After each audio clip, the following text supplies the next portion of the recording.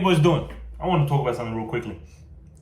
UFC is a great business right now. But Dana White recently came on live, I think it was yesterday, and he started talking about Merab versus Petr as a main event of UFC 223, which will be on the 7th of December. So basically the end of the card. He told us some good fights like Petr versus Brandon Moreno versus Tatsuto Taira, which I'm gassed about, Henry Cejudo versus Peyton Talbot, Jan versus Bogdan, and we've got Zion fighting again, which, you know what, I'm gassed about. I don't even know who this Nazim guy is. He sounds Afghan. Azerbaijan. That motherfucker is not Afghan. But I was gonna say, Petr Yan's last fight was against Marcus McGee. He fought Marcus McGee on a UFC fight night where he went 5 rounds. It was a nice easy push, and the thing is, like, Marcus McGee was just not at his level. It was pretty obvious. It was in the Reina versus Whittaker card. It was in Ali. But what I want to talk about, literally everyone under the sun, I'm talking MMA Guru, I'm talking to Weasel, everyone, they look at this fight, they're just like, no one can beat Merab. Merab won't win. I'll be honest with you, I'm looking at this fight, I'm seeing a Petr Yan who is 32 years old, who is in prime age, versus a Merab Dvalishvili who was 34. Will he be turning 35 by the end of the year? No. But he's basically there. His birthday will be on 10th of January, so nearly a month. He is aging. Merab has had 4 fights this year. Petr Yan, I think, has maybe had 2.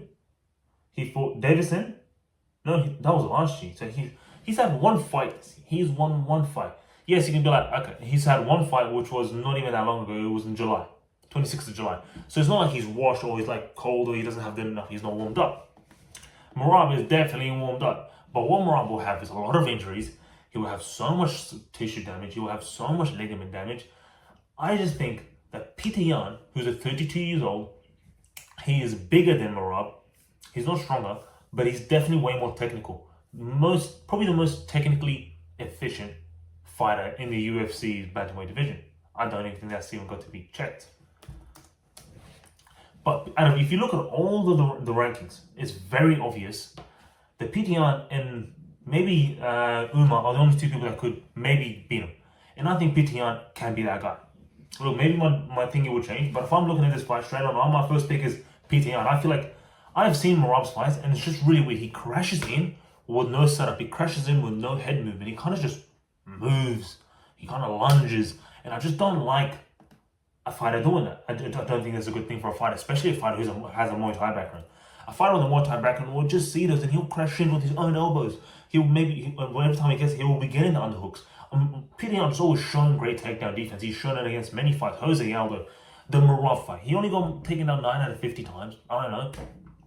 I definitely think Merab will take him down way longer. I definitely think Merab will hold him down. I feel like Petr Yan is the type of guy who's like a Cody Garbrandt. If you take him down, he's going to be there for a long time. He's not too good at getting up. But it's a hard one to take down, lad. It's a hard motherfucker to take down.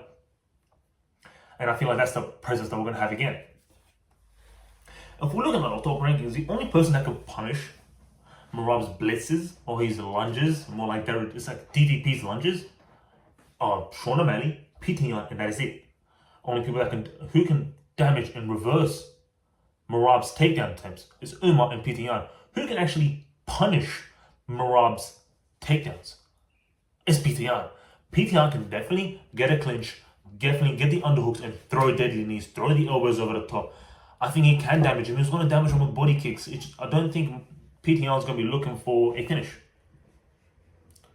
I don't think Petr Yan could be looking for many things. Give me a second. Someone's trying to crash in. So we've came back. Someone trying to break into the house. It's easy. We Petr Yan them. We Petr Yan them. We got the Petr Yan combos. We've got the Petr Yan flicks. Everything. Petr Yan won't sweep Merab. I don't think that'll happen. The only time he really swept him was Aljo, and the only reason he did it with Aljo was because he had a shit weight cut. It's not gonna happen. But I can't wait, man. Merab is gonna have a good fight with Petr Yan. It was a good fight last time. It was very hectic. I just think Petr Yan will punish Merab with knees up the middle. He will punch slicing elbows. He can punch the wide hooks, especially since he doesn't really move his head. I think Merab will take him down, but I feel it'll take Merab so long to take him down that Petr Yan can just kind of ride the round out. I just think when Merab's trying to get to his elbows and that, I just think those elbows will be blunt, they'll be unfortunate, and I just don't think Merab can do that. I just don't think Merab can go through the wave of what Petr has. So right now, I will be picking Petr to win that fight. And I'll be honest with you, if you're looking at the other boys in the MMA channel, it's like MMA Guru doesn't think doesn't think Petr can win. Weasel MMA, probably Lucas Tracy probably thinks the same. I might have to pick Merab for this one. We'll see if I change. But I definitely think Petr has a big chance, and out of the top 5, he has the best chance of beating Merab. It is not Umar. Umar, unfortunately, will lose to Merab again. It will just be the same thing again. Merab literally had staph infection last time. What are we doing? Staph infection affects your cardio, and he has outpaced his cardio. Imagine, now that cardio is like a 50%. I don't even know how bad staph infection is to your cardio. Just imagine, like, times 2. Imagine times 2. Like, it's just therefore. And Merab's getting so much better. He's having so much more fights. He's developing. He's not really learning new skills, but his skills are getting more developed and actually being into the fight. So I'm guessing he's just honing onto his skills even more. So yeah, Petr won by decision, I think, against Merab. But we'll see. Hey, adios.